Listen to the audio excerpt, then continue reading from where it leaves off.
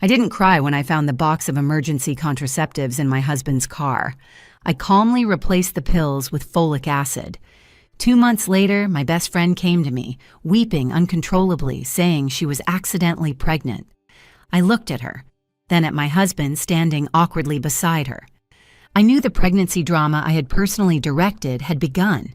The stale air in the car, mixed with the scent of his usual cedarwood cologne, made my stomach churn. Today was our 3rd wedding anniversary. I had purposely ended my afternoon meeting early and taken a detour to pick up the watch he had mentioned wanting 2 months ago.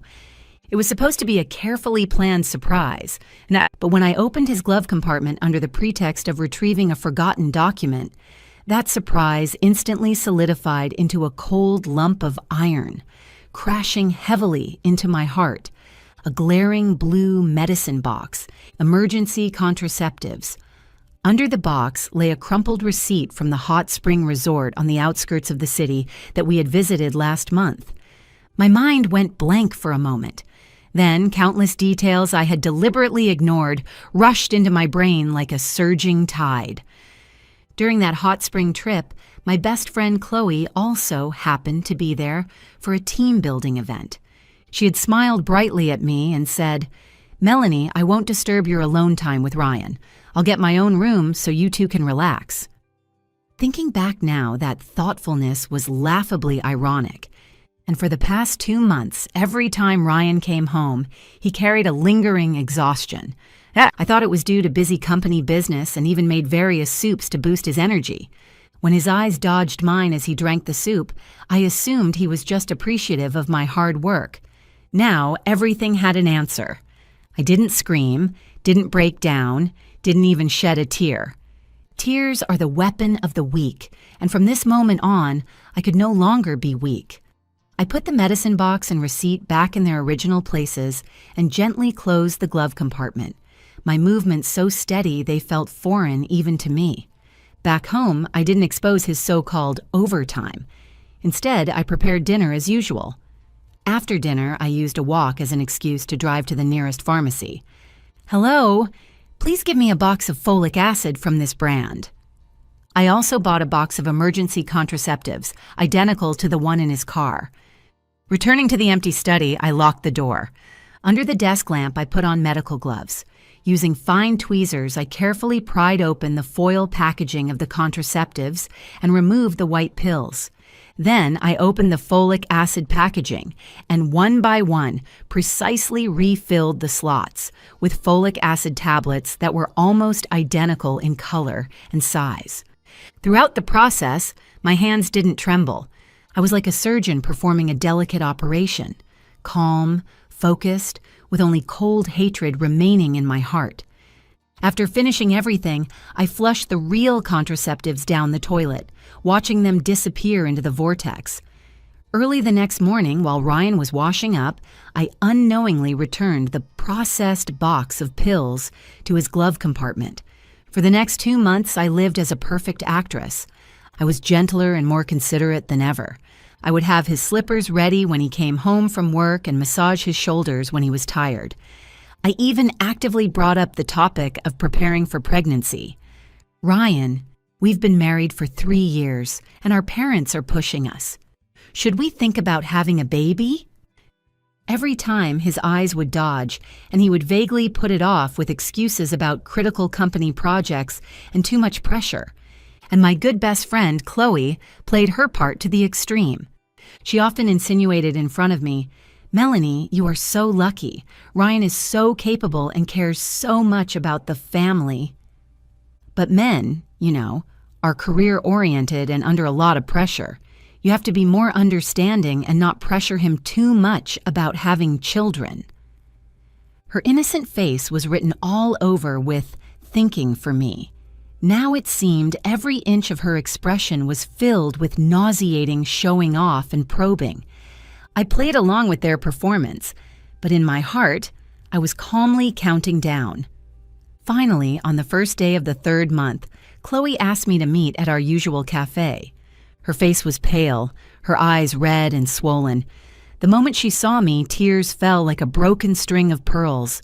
Trembling, she took a pregnancy test out of her bag. It showed 2 clear red lines. "Melanie, I'm sorry, I'm terrible," she cried piteously, tears streaming down her face. That day, at the hot spring resort, company dinner, I drank too much. Ryan walked me back to my room.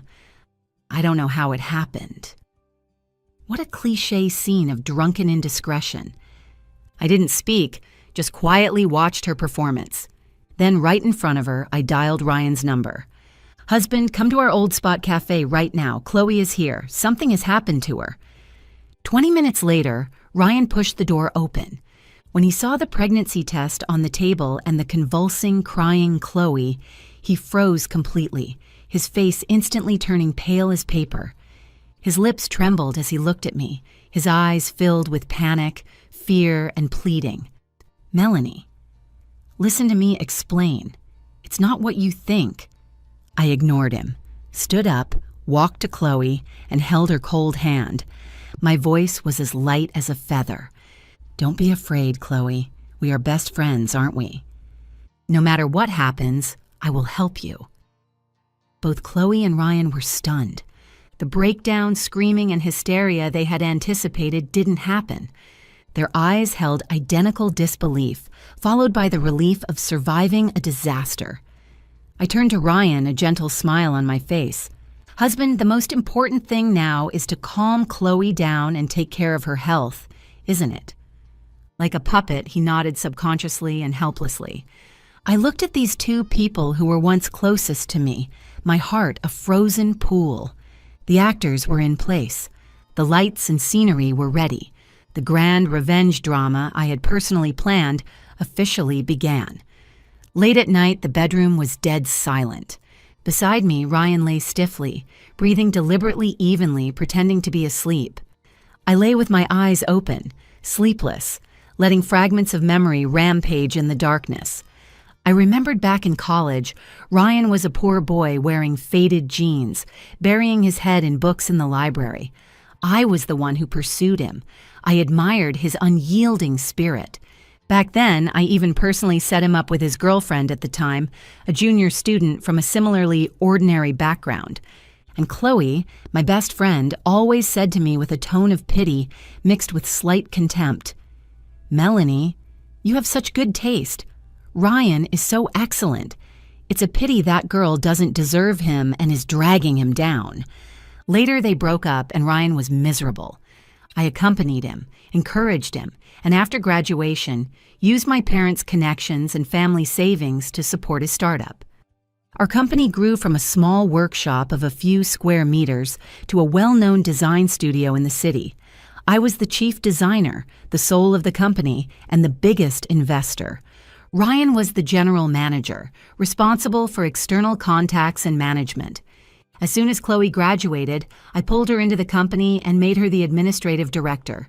I treated her like a sister, giving her a salary far higher than the standard level, and held nothing back from her regarding company matters. I naively thought the 3 of us would be an unbreakable iron triangle.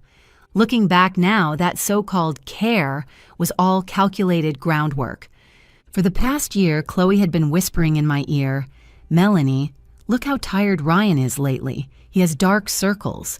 It's not easy for men to struggle outside. You can't cause trouble for him at home." And Ryan always mentioned at the dinner table, "Chloe manages so many trivial matters in the company alone.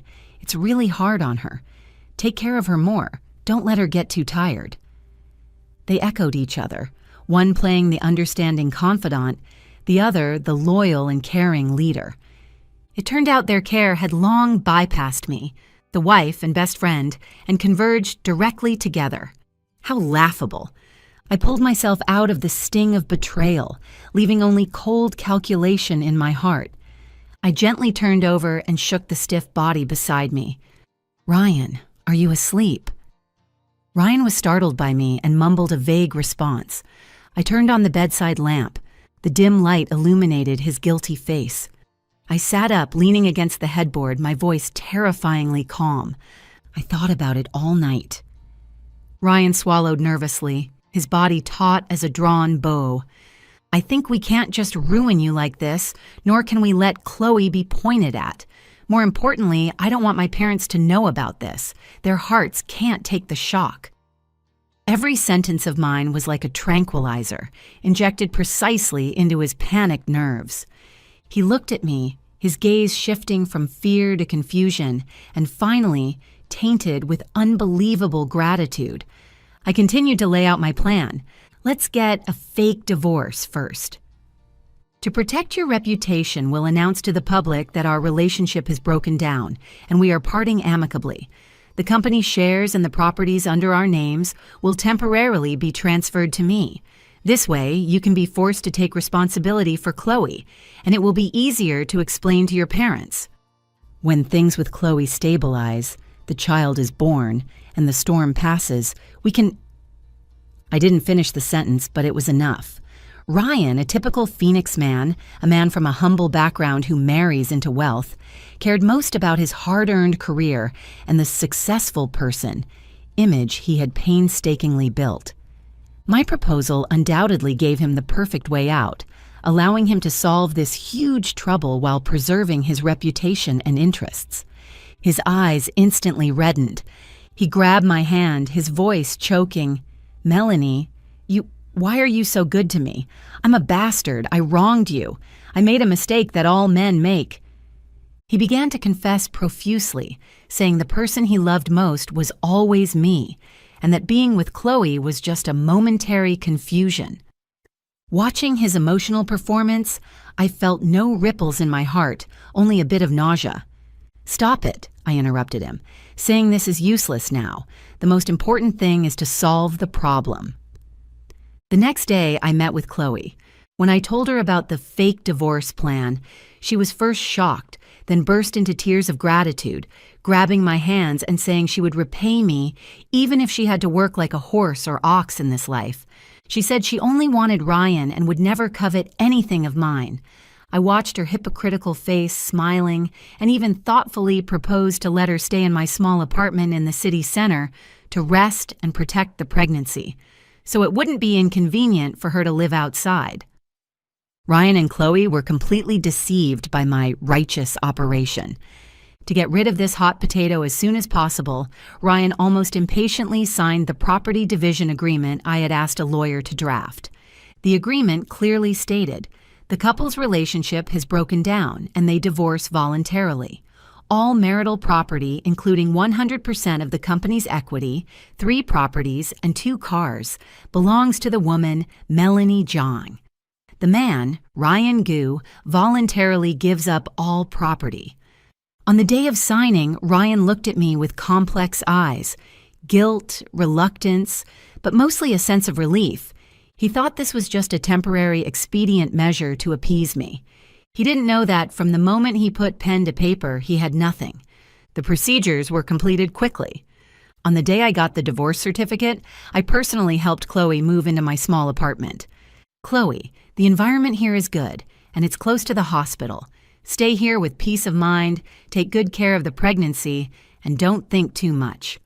I helped her put away her suitcase, acting like a true big sister. "Melanie, She was too moved to speak. I patted her shoulder and left with a smile. Before I left, I had already installed pinhole cameras in the living room and bedroom of this apartment. That night, I sat in my study and opened my laptop. The surveillance feed came through clearly. Ryan and Chloe were embracing tightly in the apartment. "Darling, we can finally be together openly." Chloe's voice was full of triumphant joy. "You've suffered."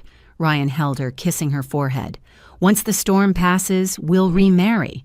By then, the company, the house, everything will be ours." "I knew it, Ryan. You love me the most. That woman Melanie is cold and hard like a piece of wood. She doesn't understand you like I do." Expressionless, I watched the ugly faces of the adulterous couple, celebrating their victory on the screen. I picked up my phone and sent a message to my lawyer. Step 1, complete. After moving into the pregnancy care apartment, Chloe quickly revealed her greedy nature. She was no longer the plainly dressed, diligent administrative director in the company, nor the fragile, pitiful, guilt-ridden mistress in front of me. She comfortably became a kept woman. Morning sickness became her best excuse. She stopped going to the company, slept until she woke up naturally every day, and then started ordering Ryan around. Today she wanted dessert from an internet-famous restaurant in the south of the city. Tomorrow she had her eye on the latest designer bag. She swiped Ryan's supplementary card without blinking. I screenshotted and saved the consumption alert messages that flew in like snowflakes one by one. The surveillance cameras faithfully recorded everything about her. She had no morning sickness at all. Every day she chatted energetically on the phone with different friends, boasting about how she got it done in one step and secured Ryan the potential stock. You don't know that fool Melanie still thinks I'm her best friend. She even proposed a fake divorce herself and gave me the house to live in. It's laughably stupid. When the child is born, I'll be Mrs. Goo. By then, the whole company will be mine. Let's see how she acts high and mighty in front of me then. Listening to her piercing laughter through the headphones, I calmly edited and saved these recording clips one by one. These would all be evidence in court. Using the excuse of bad mood after the divorce, I took a long leave from the company and started sorting out Ryan's old belongings at home, calling it completely saying goodbye to the past. Ryan didn't have many things. Most were bought by me. I packed those branded suits, cufflinks, and ties one by one, ready to donate them to charity. In a corner of the study, I dug out a dusty box containing his old college books and a long, obsolete laptop. Impelled by some unknown force, I found the charger and plugged it in. The computer actually turned on. In the old system drive, I found an encrypted folder. Instinct told me there was something inside. I tried several common passwords. Ryan's birthday, my birthday, our wedding anniversary. None were correct. I suddenly remembered a sentence Chloe once mentioned inadvertently.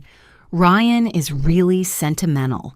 He treated his first love in college incredibly well.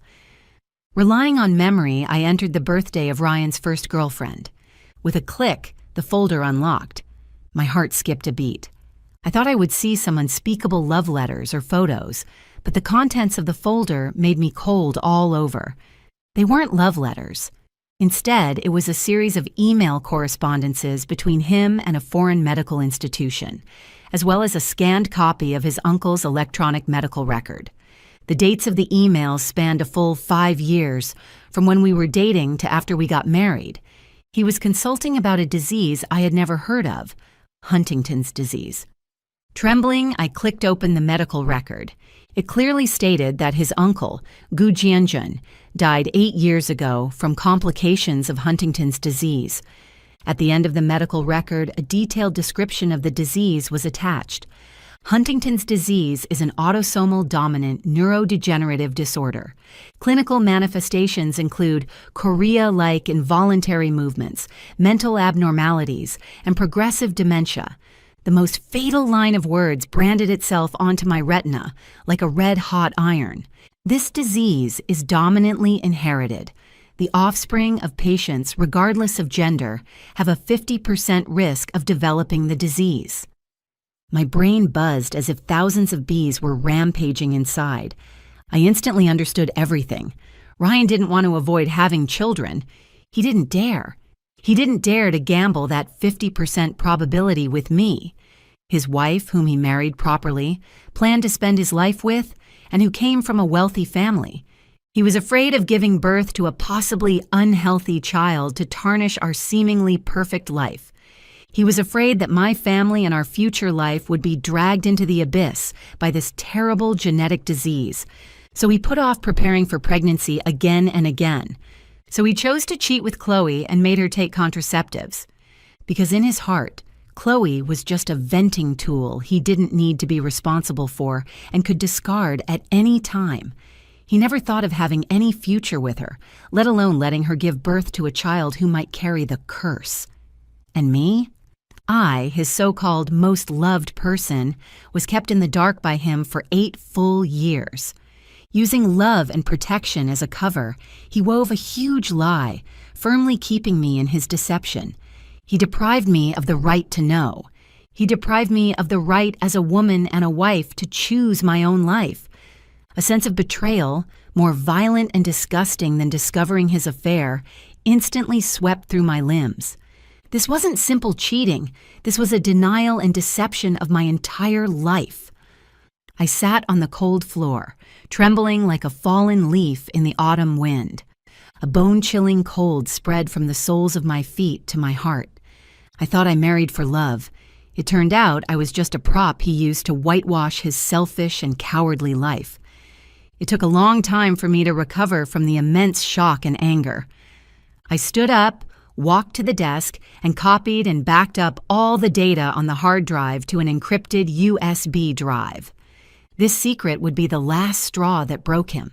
A plan, more ruthless and thorough than before, gradually took shape in my mind.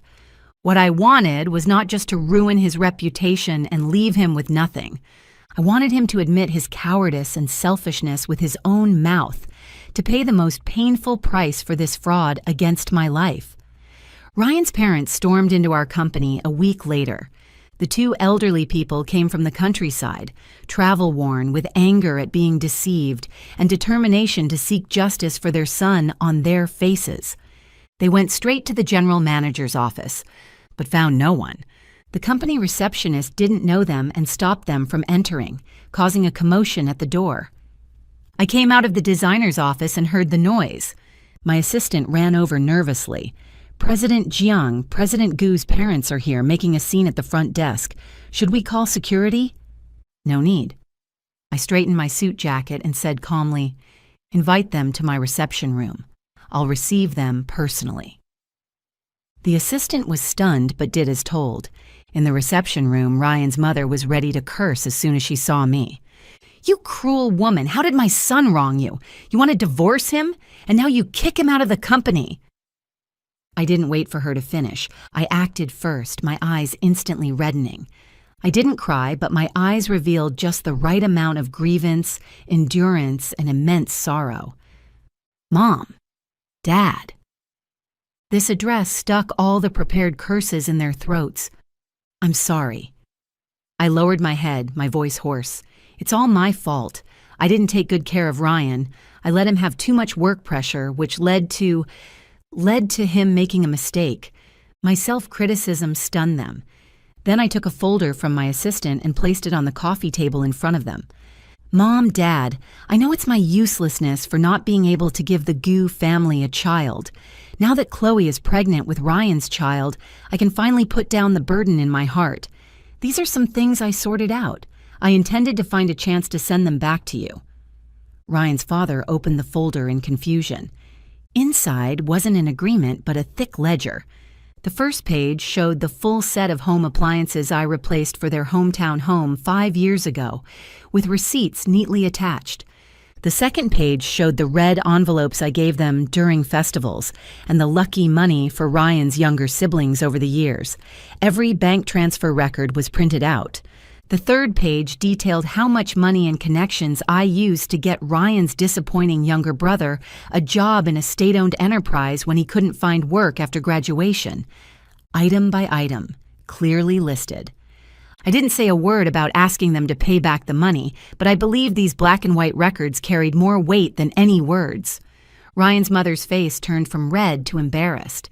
I continued in that aggrieved yet magnanimous tone. "Mom, Dad, I know I haven't done well in many places over the years. In the future, I won't be able to be by your side to be filial to you. It's good that Ryan and Chloe can be together. As long as he is happy, I'm fine with anything. It's just," I changed the subject, worry creeping into my tone. "It's just Ryan's health. I've always been a bit worried. We tried to conceive for so long without success. I always thought it was my problem and went to many hospitals for checks. But they all said I was fine. Now it's good. Chloe got pregnant right away. This shows Ryan is healthy and I'm relieved." My understated words were like a needle, accurately piercing the hearts of the two elderly people.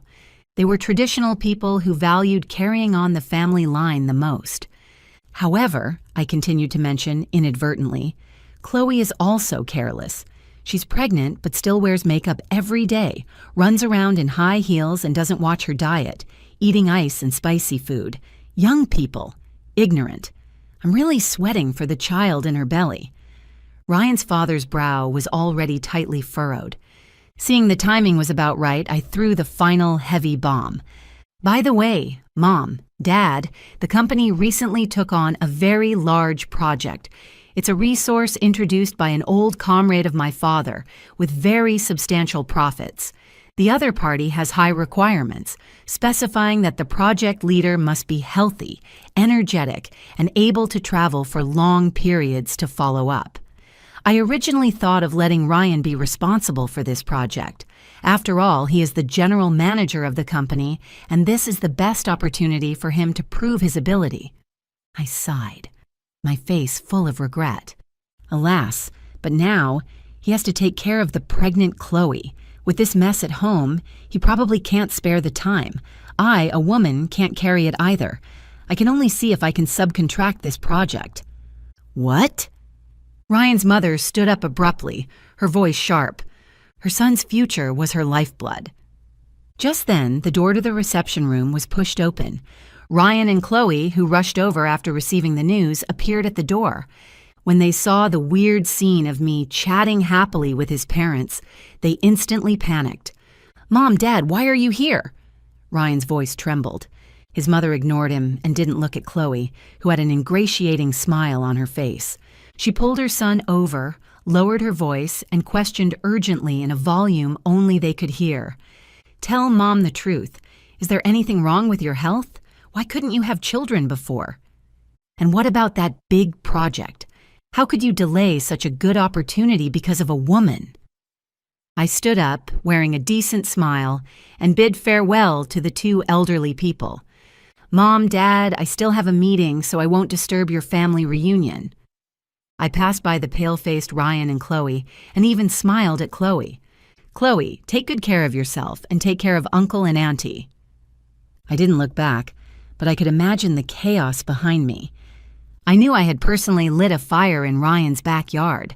This fire was enough to burn their beautiful future completely clean. The seed of suspicion I planted quickly took root and sprouted in the Gu family. In the name of taking care of the pregnant daughter-in-law, Ryan's mother righteously moved into that small apartment.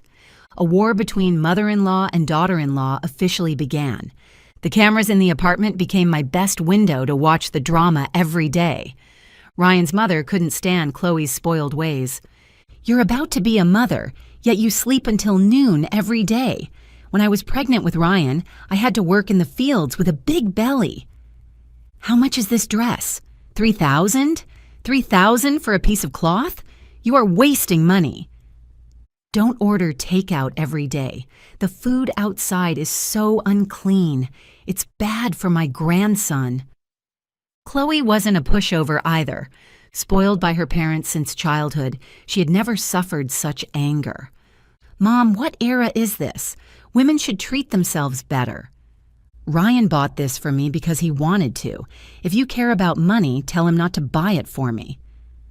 "I can't get used to your cooking. It's too oily." Every day, the two exchanged sharp words. From diet and daily life to spending habits, the war escalated constantly.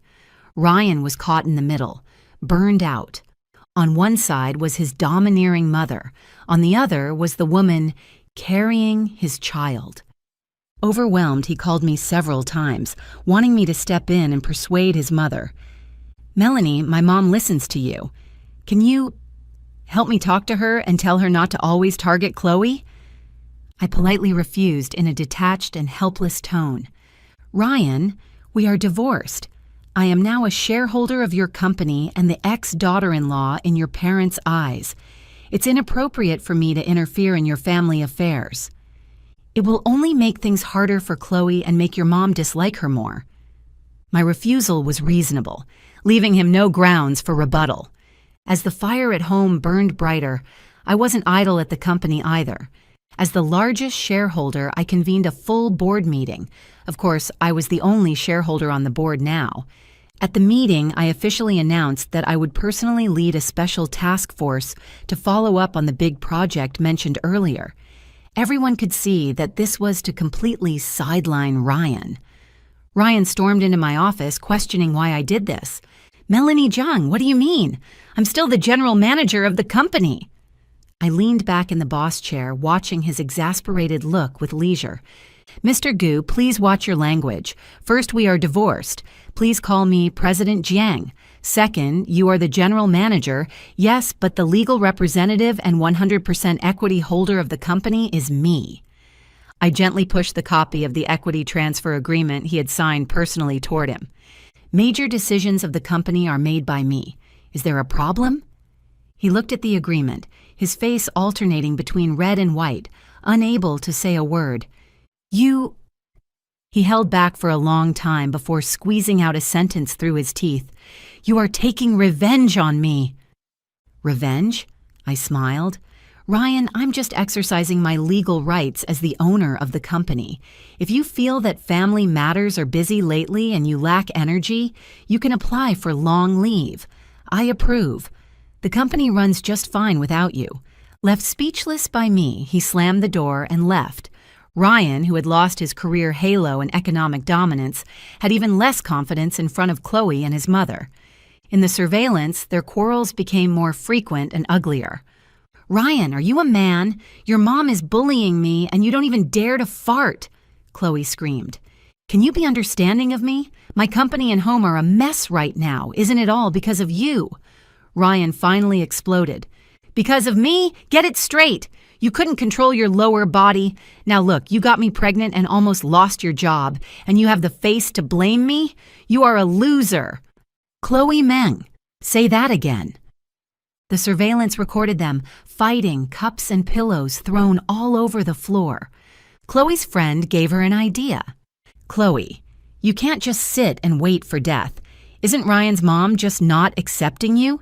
Isn't Ryan just feeling ashamed of his career setback? You have to make a big scene and make it a done deal." "What should I do?" "Throw a grand gender reveal party. Invite all your classmates, colleagues, friends, and relatives. Announce in front of everyone that you are carrying the Gu family's seed. By then, the boat will have sailed. For the sake of face, Ryan will have to marry you grandly. His mom won't be able to say no." Chloe thought this was a brilliant idea. She began to secretly plan this grand forced marriage party, hiding it from the Gu mother and son. She wanted to give me, the Gu family, and everyone who looked down on her a huge surprise. Through the surveillance in the apartment, I saw all her plans clearly. The smile on my lips grew colder. What I was waiting for was this day. This foolish woman was building a magnificent execution ground for herself with her own hands, and I would be the one to press the execution button. Chloe chose the banquet hall of the city's top 5-star hotel as the location for the party. She spared no expense. The entire hall was decorated into a sea of pink and blue, with balloons, ribbons, and flowers, dreamy yet tacky. She sent out invitations widely, inviting college classmates, company colleagues, and all the distant relatives of the Gu family in the city. That night, she wore an expensive custom-made maternity gown, a diamond necklace sparkling under the lights. Holding the arm of a stiff-faced Ryan who forced a smile, she shuttled among the guests like a proud hostess, accepting sincere or fake blessings.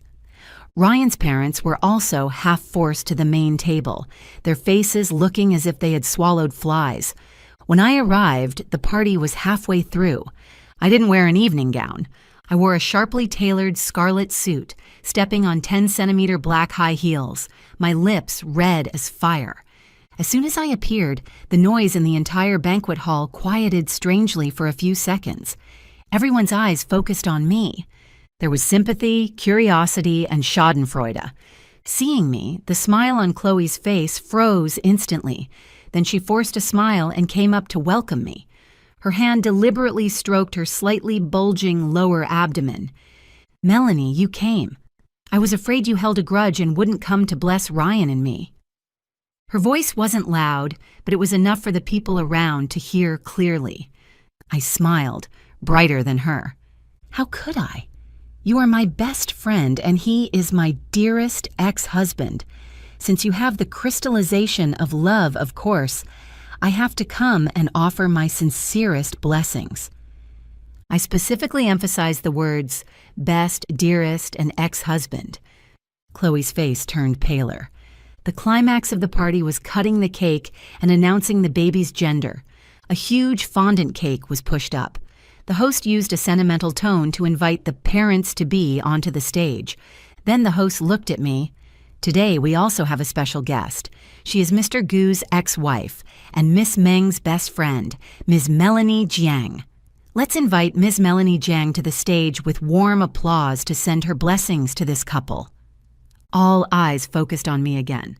Of course, this was Chloe's arrangement. She wanted to use my generosity and blessing on such an occasion to highlight her victory and humiliate me. I walked onto the stage calmly and took the microphone from the host. I looked at Chloe's triumphant face, Ryan's ashamed face, and his parents' livid faces below the stage. I smiled. I am very honored to stand here today. As Chloe's best friend, seeing her about to have her own baby, I am sincerely happy for her. So I did prepare a special gift for her. I paused, my gaze sweeping across the room. A gift about life and honesty. I winked at my assistant off stage.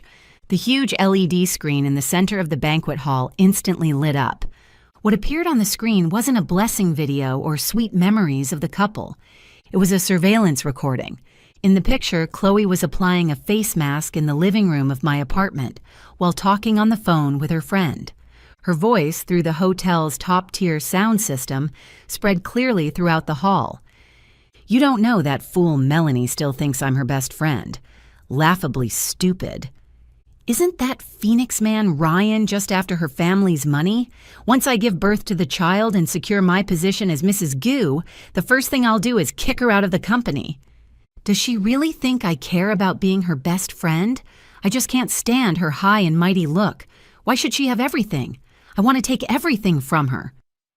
The whole venue instantly fell into a dead silence. Then came an uproar that blew the roof off. Everyone stared dumbfounded at the screen, then at Chloe and Ryan on stage, whose faces instantly turned liver-colored. Ryan's mother trembled with anger, pointing at Chloe, her lips quivering, unable to speak. "Turn it off! Turn it off quickly!" Chloe finally reacted, let out a shrill scream, and rushed madly to unplug the power. But it was too late. This forced marriage drama she meticulously directed turned into a public execution the moment I pressed the play button. Her hypocrisy, viciousness, and greed were displayed nakedly in front of everyone in the cruelest and most public way. It's fake! She faked it! Melanie Jiang, you poisonous woman! You're jealous of me! Disheveled, Chloe pointed at me, screaming hoarsely, trying to garner the last bit of sympathy. Guests whispered among themselves, their eyes filled with contempt and the excitement of watching a drama. I looked at her coldly, like watching a clown. Faked? Is this recording also faked by me? I held up my phone and pressed play. The second gift made its appearance. It was a private detective I hired, posing as a psychologist conducting psychological counseling for Ryan over the phone. Ryan's voice, clear and desperate, came from the speakers. "The pressure is too great. I dare not have a child with Melanie at all. My family has a history of genetic disease, Huntington's disease. My uncle died of this. I'm afraid the child won't be healthy. How can I face Melanie? How can I face her whole family? I'm a liar. I lied to her. With Chloe, I was really just confused for a moment. I never thought about a future with her, so I made her take pills. I didn't expect her to get pregnant. The recording was long. I only excerpted the most critical parts. But these parts were enough. If the previous video tore off Chloe's mask, then this recording completely destroyed Ryan's persona. The venue fell into a dead silence again. All looks of contempt, disgust, and disbelief shot towards Ryan on the stage. He was no longer the inspiring young man who started from scratch, nor the man who made a mistake but deserved sympathy. He became a cowardly, selfish liar, full of deceit, A complete scumbag who deceived his wife's feelings, deprived her of her reproductive rights, and treated another woman as a venting tool for his own face and so-called stability. Ah! A scream came from the main table. After listening to the recording, Ryan's mother rolled her eyes and fainted straight from her chair. Ryan's father also slumped in his chair, his face ashen, looking as if he had aged 10 years in an instant. The entire scene spiraled out of control. "Melanie Jong, you ruined me! You ruined me!" Ryan finally broke down from extreme shock and shame. His eyes red like a beast cornered, he roared and charged at me. Chloe beside him instinctively tried to pull him back but was shoved away hard by the completely crazed Ryan. "Get away, you slut!" Chloe was wearing high heels and was unstable. Pushed like that, she fell backward, her high bulging belly hitting heavily against the sharp metal corner of the heavy cake cart behind her. "Ah!" A scream more shrill than before pierced the entire banquet hall. Everyone watched in horror as bright red blood quickly seeped out from under Chloe's expensive white gown, spreading rapidly, shocking to the eye. Standing amidst the chaos and screams, I watched all this indifferently. I took out my phone and calmly dialed 120. My tone was as calm as discussing today's weather. "Hello, is this the emergency center? Crown Plaza Hotel Banquet Hall. Someone needs emergency help here. Yes, a pregnant woman, heavy bleeding." Hanging up the phone, I looked at Chloe moaning in pain in a pool of blood, at Ryan holding his head and roaring in breakdown, at the guests in disarray. I knew this wasn't the end. This was just the prelude to destruction. The real judgment was just beginning. The hospital emergency corridor was bathed in cold, stark white light. Ryan and his parents, who had just woken up, guarded the operating room door dejectedly like 3 defeated roosters. The light of the operating room went out. The doctor walked out, took off his mask, looking tired and regretful. "Sorry, we tried our best. The patient lost too much blood. The child couldn't be saved." Ryan's mother collapsed on the spot, beating her chest and stomping her feet, wailing to the heavens. "My grandson! My unborn grandson! What a sin!" Ryan leaned against the wall, pale-faced, eyes empty. Just then, a nurse hurried out holding a report, looking puzzled. "Excuse me, who is Chloe Meng's family?" Ryan looked up subconsciously. The nurse looked at him, then at the paper in her hand, frowning. "It's like this. The patient's blood type is AB, but on the emergency form just now, the husband listed in the family column, Mr. Ryan Gu, has blood type O registered." The nurse didn't finish, but her eyes explained everything. The entire corridor was instantly quiet enough to hear Ryan's mother gasp. Ryan was stunned. Although not a medical major, he had basic biological knowledge.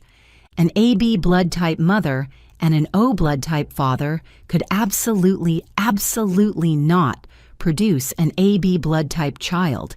In an instant, humiliation, anger, absurdity, all emotions erupted like a volcano, swallowing his last bit of reason. He pushed open the operating room door like a madman and rushed in. "Chloe Meng! Tell me, whose child is it?" From the ward came Chloe's weak and terrified crying and Ryan's furious roar. It was at this moment that I appeared at the end of the corridor with my lawyer. Stepping on high heels, I walked calmly to Ryan step by step. He looked at me as if seeing a ghost, his eyes filled with bloodshot veins and despair. I ignored him and handed 2 documents to him. One was the Notice of Termination of Labor Contract, stamped with the company seal. The other was the Asset Delivery Confirmation, signed during our divorce.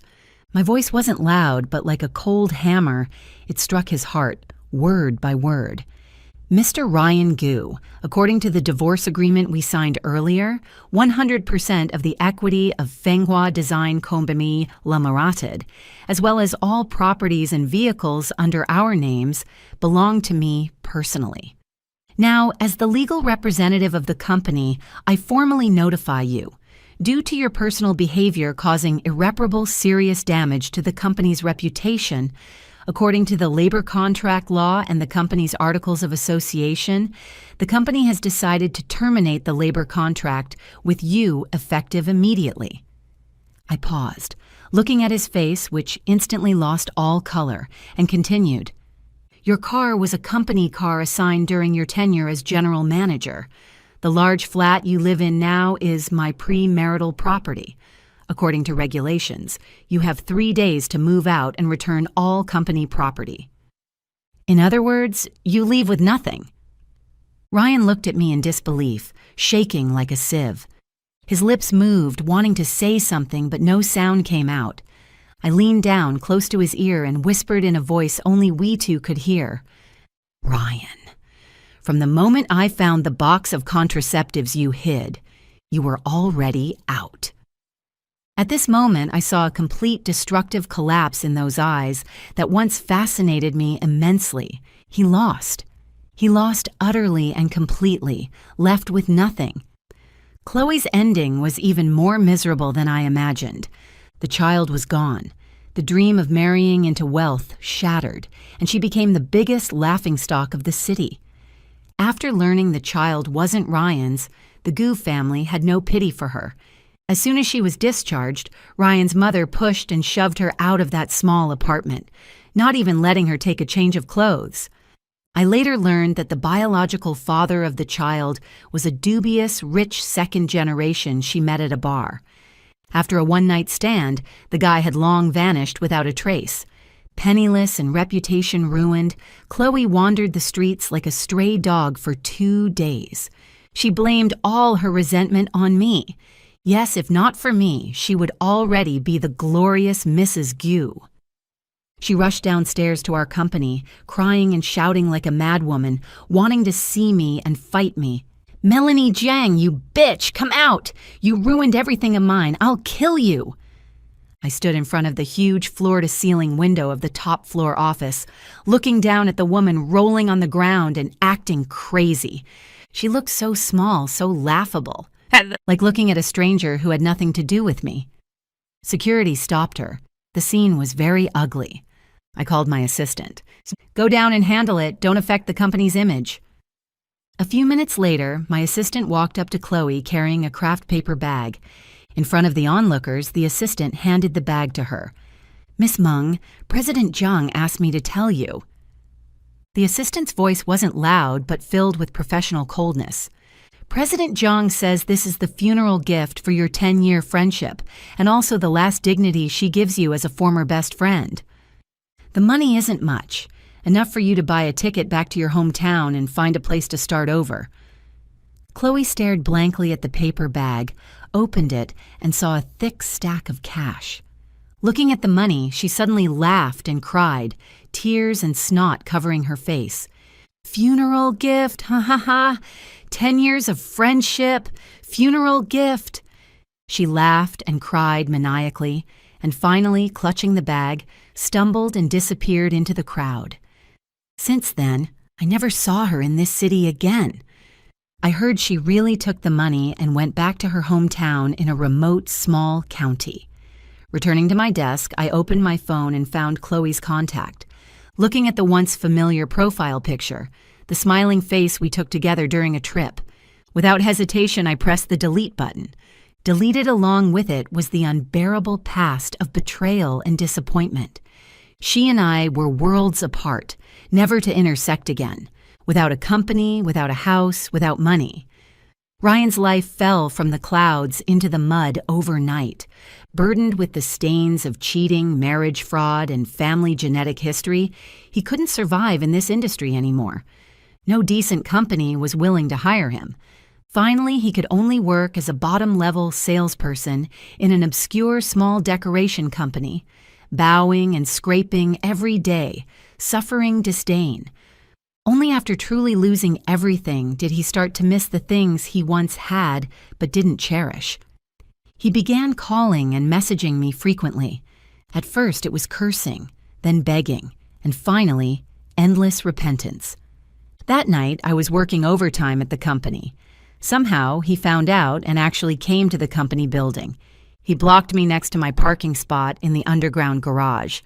Not seeing him for a few months, he seemed to have aged 10 years.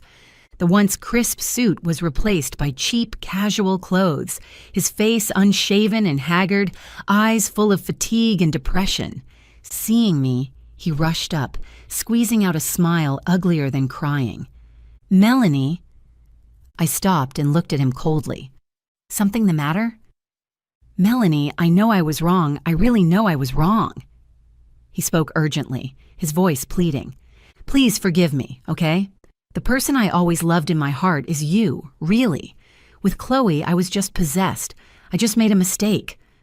He brought up that damn genetic disease again.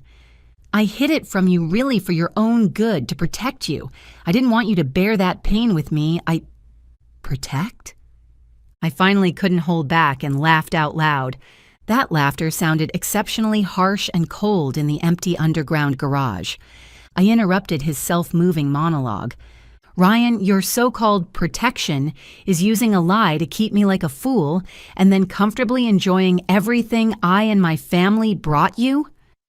Your so-called protection is depriving me of the right as a woman to know the truth, the right to choose my own life, even the right to be a mother?" My voice wasn't loud, but every word was like a sharp knife, cutting his hypocritical rhetoric to pieces. "Stop deceiving yourself. You don't love me. You love the version of yourself that can escape the poverty of your original family, satisfy your fragile self-esteem, and rise rapidly. Your betrayal of me didn't start the moment you slept with Chloe, but from 8 years ago when you decided to hide that secret from me, it had already begun." He was rendered speechless by my questioning, his face pale. I looked at him, no longer with love in my eyes, not even much hate left, only a disdain that saw through everything. "I never thought of taking your life. I just took back what belonged to me." After speaking, I opened the car door, ready to get in. "Melanie!" He suddenly knelt before me with a thud, hugging my legs tightly. A man in his 30s, crying like a child in front of me. "Please, give me another chance. Let's start over, okay? I swear, I will definitely—" I frowned in disgust, trying hard to pull my leg out. "Ryan, you make me sick." I shook him off, got into the car, and locked the door. I didn't look at him again, stepped on the gas, and left the man kneeling and crying on the ground far behind. In the rearview mirror, his figure became smaller and smaller, finally turning into a blurred black dot. Between us, apart from those cold legal documents, there was no longer any connection.